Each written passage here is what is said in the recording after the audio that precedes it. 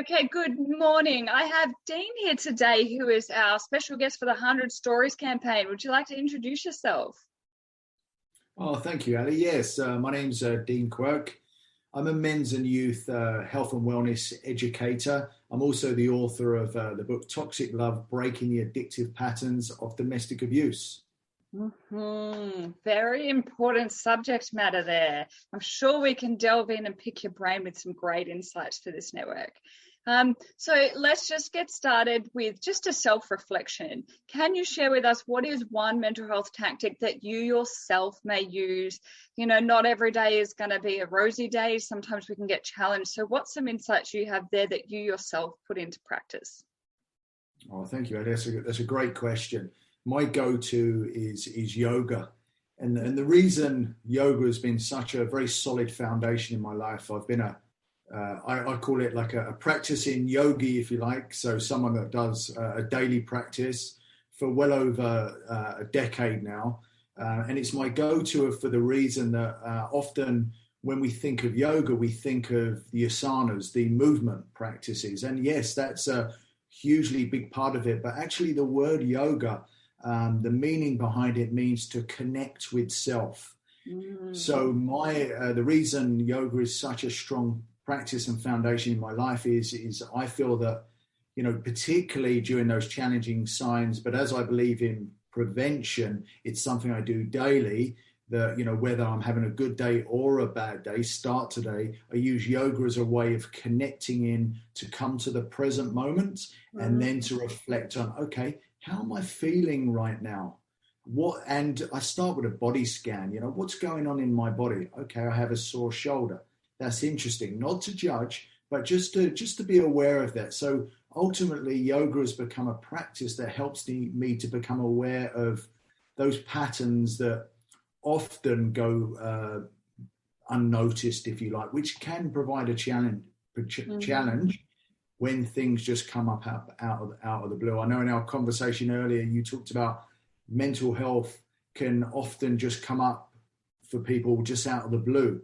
Yeah. In my experience is that's how self-awareness can help us to become aware of those red flags. Yes, absolutely. All I can hear is ding, ding, ding, ding, ding. You are correct, right? Often your body will send these signals to you well before you may get to a point of a panic attack, for example. Or sometimes people could be feeling this stress in their body, but they're ignoring it. Or there's these subtle signs that we're pushing through that can sometimes lead to how do you say, like bigger mental health problems later if we ignore them. So thank you for that insight. I'm a huge yoga fan myself, but I resonate with what you were saying, how it's coming back into yourself and building skills for self-awareness. So fantastic tools and resources for us to all have on our belt. Okay, so my next question to you is, what's your message of hope? So part of the reason I started this campaign is many in my network have been involved in the lockdowns this year. Their mental health has been severe. Working with children and young people, it's been interesting hearing the schools. There's been some feedback to say there's a general level of apathy, disengagement, lethargic, or the opposite, anxiety or uncertainty of the future.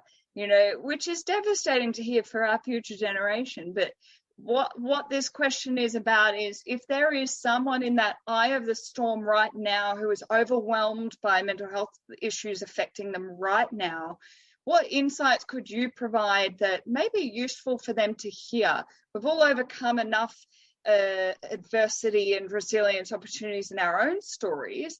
But if we had a chance to share some of that wisdom and insight with someone now who may be going through it for the first time, what type of message of hope would you leave for them?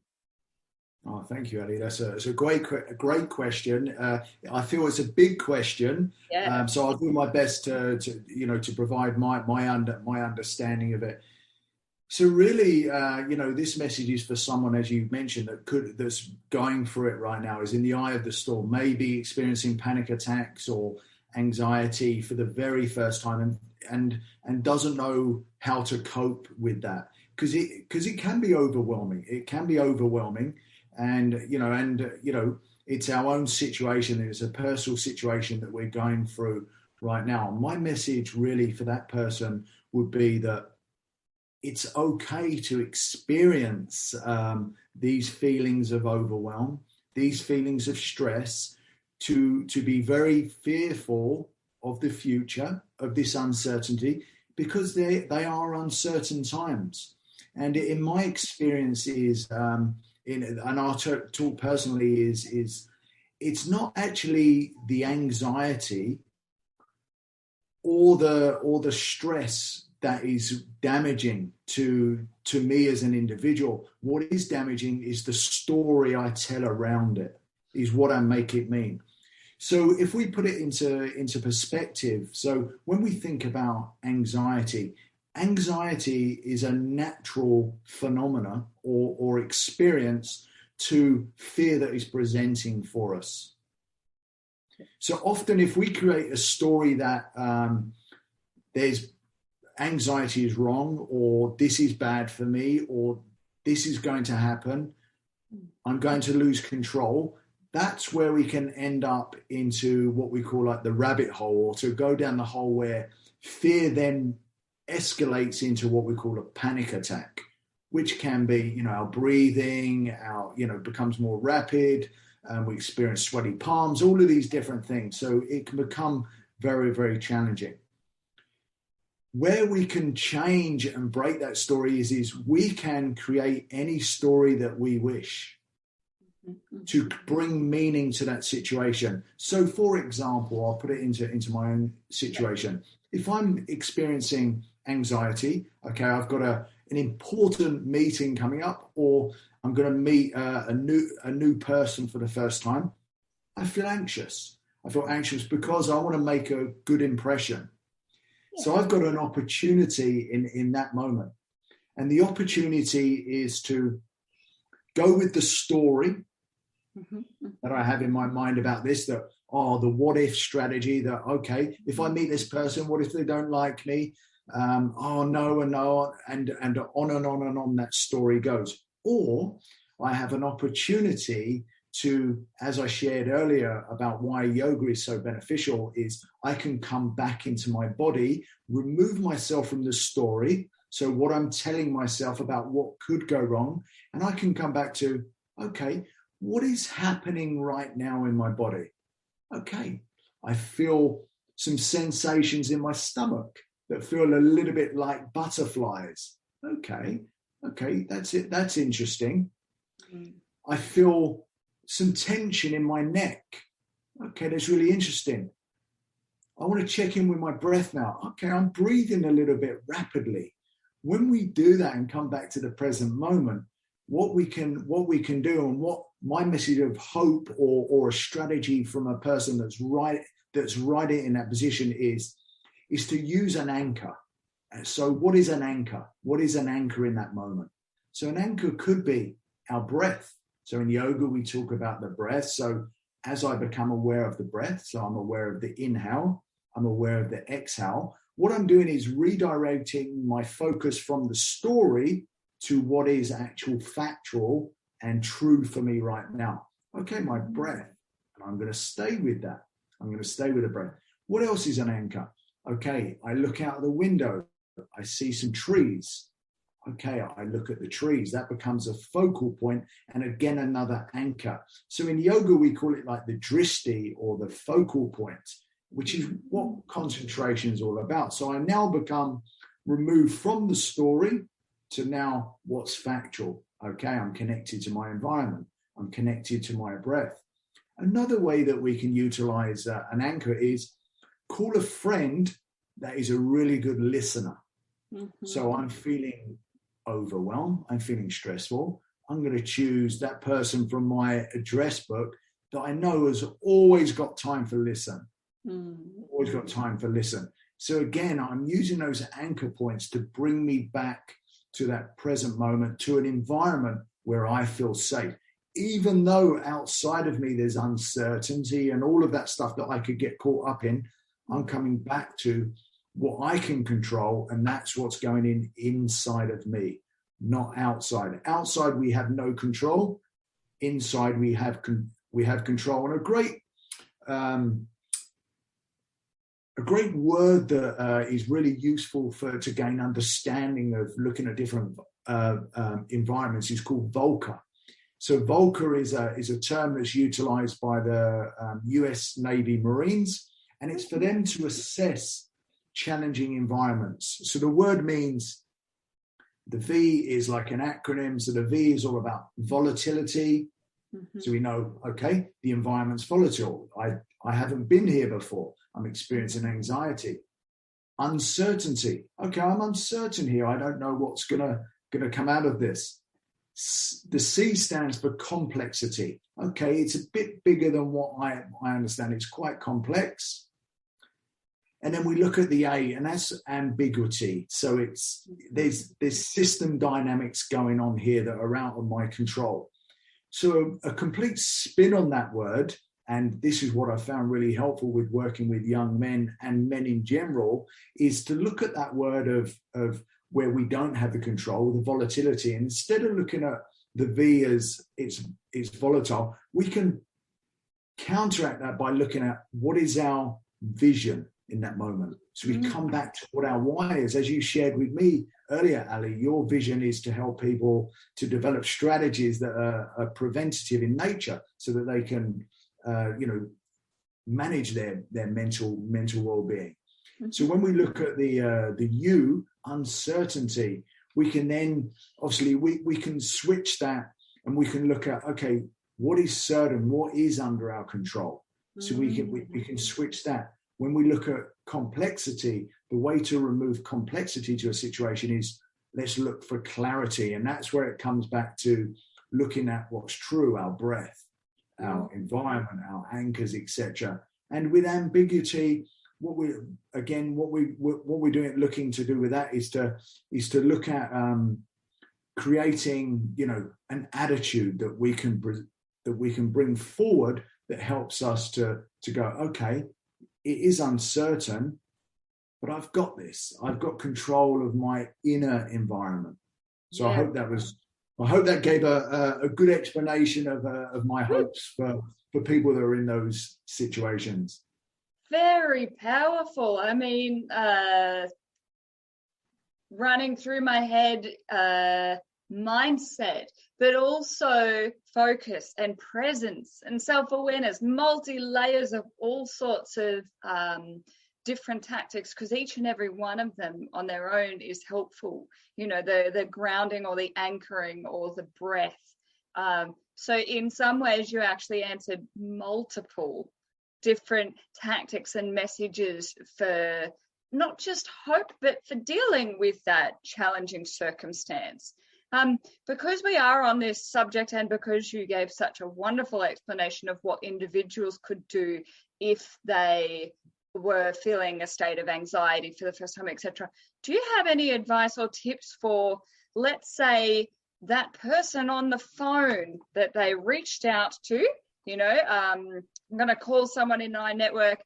If someone is on the verge of a panic attack or something like that, do you have any tips as to what the other person can actually do to help that individual during that time? Sure, thank you, Ali. That's a great question. I feel in this moment, if you're at the other end of the phone and you've got a person on the line that's going through it right now, the greatest gift that you can present that individual is to just listen. And to listen with intent, to listen with and listen for those areas of concern. So if that's a person that you're connected to, someone that you care for, that's within your particular environment that you're supporting in that instant, it's really important to speak up and to speak out if you feel that person is potential to harm themselves or to harm another. It's really important. And if you have an inkling that person may take it further and be thinking about suicide, it's important to speak to that and to bring that forward within the conversation, and let the person know that this conversation, you're listening, without judgment. You are just listening there to provide that support that person needs in that moment. And if you do have a story of lived experience, and that person asks you, have you gone through this, or have you experienced that before? So they've given you permission to bring forward your story. I feel it's really important in that moment that you bring forward your lived experience and any strategies that you've used that have been really helpful for you when you've gone through, say, a panic attack or experiencing, severe anxiety. Yeah, no, absolutely. So in summary, listening, and particularly listening for those signs that they may not be okay if they are developing, because sometimes if that individual is of harm to themselves or others, that's when we do need to act on potentially calling one of the crisis numbers, or 000, depends on how severe it is. But there's that opportunity to invite, if you yourself have lived experience in this space, to authentically connect if that moment is welcomed in, because we all do have these tactics that can help each other out. I will just point out one thing that's going through my head is, I've found sometimes general public come to me asking these questions that, a panic attack presents, and they're just flabbergasted because they've never experienced it before, and they don't quite know what to do or what to say. And in those circumstances, it's actually okay sometimes to be able to admit that, I've never been through this before. And yes, some of the insights you provided before, so a grounding technique, bringing their awareness into breath, can be a fantastic step. And yes, wording that they can provide the support, and sometimes they can't. And sometimes if they can't, going and checking in to see, can I actually go and get someone that can support here? But my little 2 cents with it is, panic attacks can seem really, really threatening. And they feel it. Like, I have had a panic attack before, and grasping for air, no idea that it was coming, and was fortunate to have been guided by someone who had experienced it before, who was able to calm me down. But because we hadn't quite left that environment yet, a second one kind of came in quite quickly. But long story short, to just say, it's interesting now, having the experience and insight, to realize, although panic attacks feel really threatening, it's a simple reminder, like the process, that your brain's just trying to grasp for oxygen. So it's doing it in whatever way it can. So now that I have a bit more of that insight, like, I feel a bit more familiar with what that process is. But even if you're a bystander to that, it's just remembering that it's actually a simple process of the body trying to kick back into equilibrium.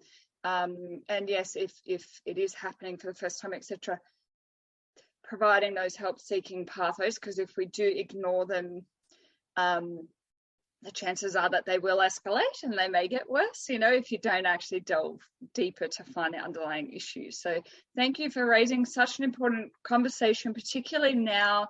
We've got transitions out of lockdown, we've got vaccine passports, all sorts of uncertainties coming into the picture for many, but we're all in this together as we transition. So it's an interesting world. My final question to you, just to end this interview in this campaign, I spoke a little bit about it earlier. This is a suicide prevention initiative.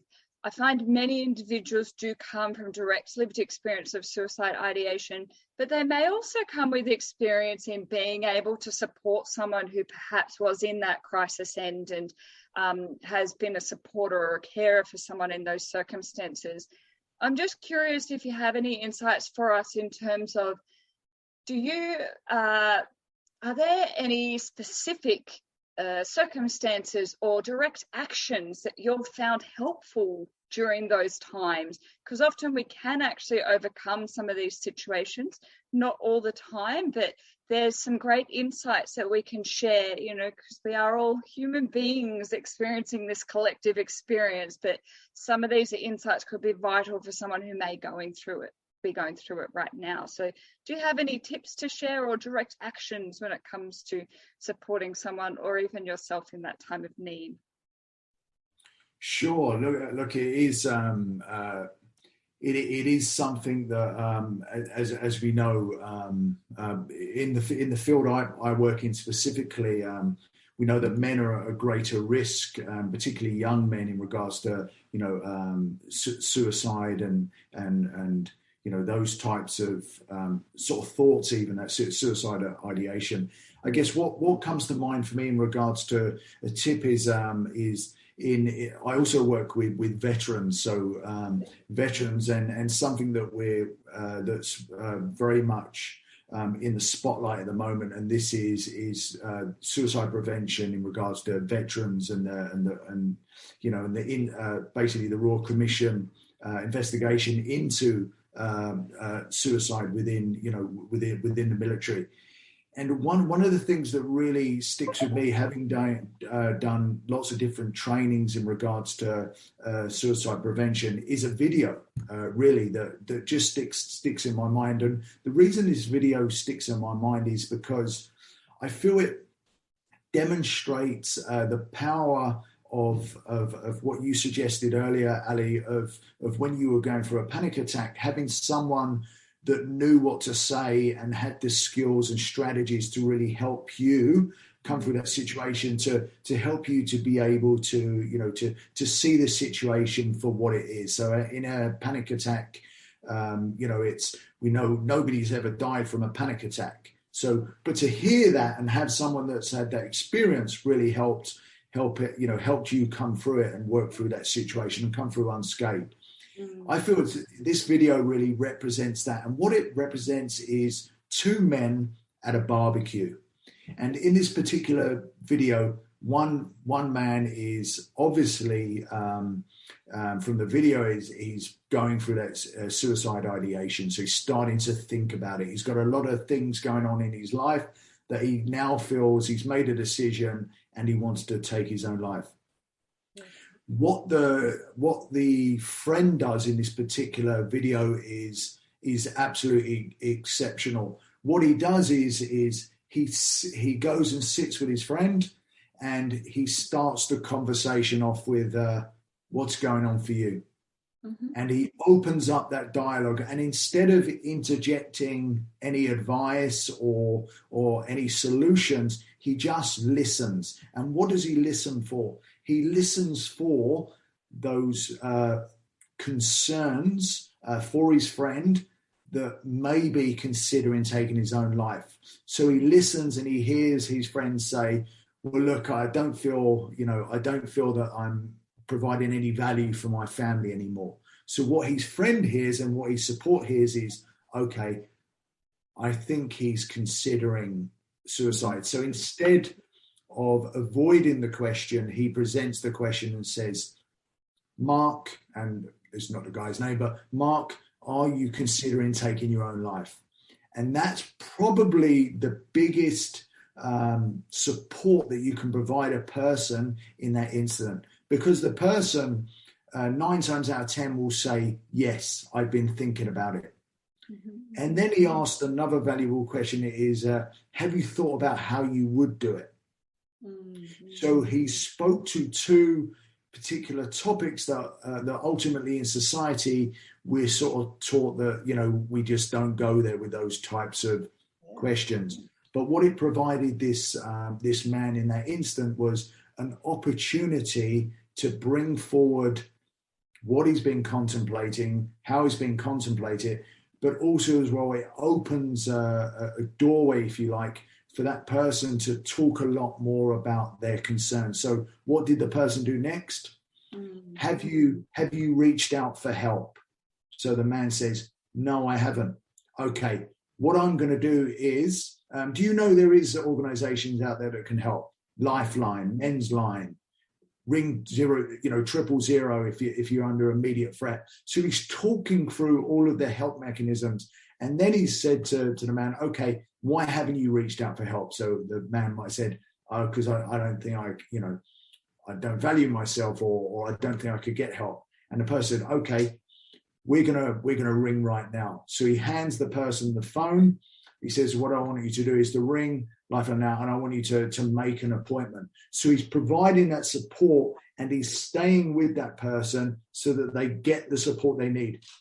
You never leave the person. You never leave the person in that situation that's already shared and opened up with you that they're thinking about it. So that's really important, unless you know that they are with help and they've got help. Yeah, for sure. Very powerful messages that you have there. And I am pleased to share in this 100 Stories campaign, we actually have heard some great stories of some bold people in community being that, what's a word I'm thinking of? Maybe catalyst of change, because they were willing to support that person and walk with them to take some of those action steps. And it's fantastic to hear that people have been vulnerable enough, brave enough, committed enough to, be there really for community. So I do absolutely resonate with everything that you have shared within that last story and within some of the previous messages of hope here today. Certainly, you've brought a wealth of knowledge and insights for many. My final question to you is, if anyone has resonated with your story so far, or any of your insights, how can they stay in touch with you? Oh, thank you, Ellie. Look, if anyone has connected with this story, the best way to contact me is either through my website. So the website is toxiclove.com.au. You can find out about the book that I mentioned earlier, Toxic Love: Breaking the Addictive Patterns of Domestic Abuse, or you can email me at info@toxiclove.com.au. And I would say they would be the best two ways to connect with me. I'm also the founder of a young men's group, and that is a primary prevention education program aimed at working with the community. So for young men from 15 to 21. Brilliant. Good to know. And yeah, we can drop some of those links in the comment below. Any further questions, queries, or concerns you want to raise before ending this interview?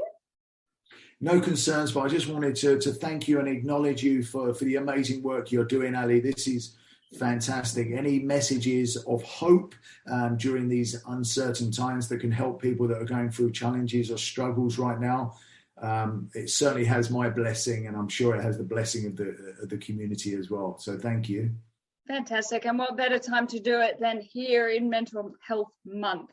So thank you so much for your time, and I look forward to sharing more stories with you all shortly.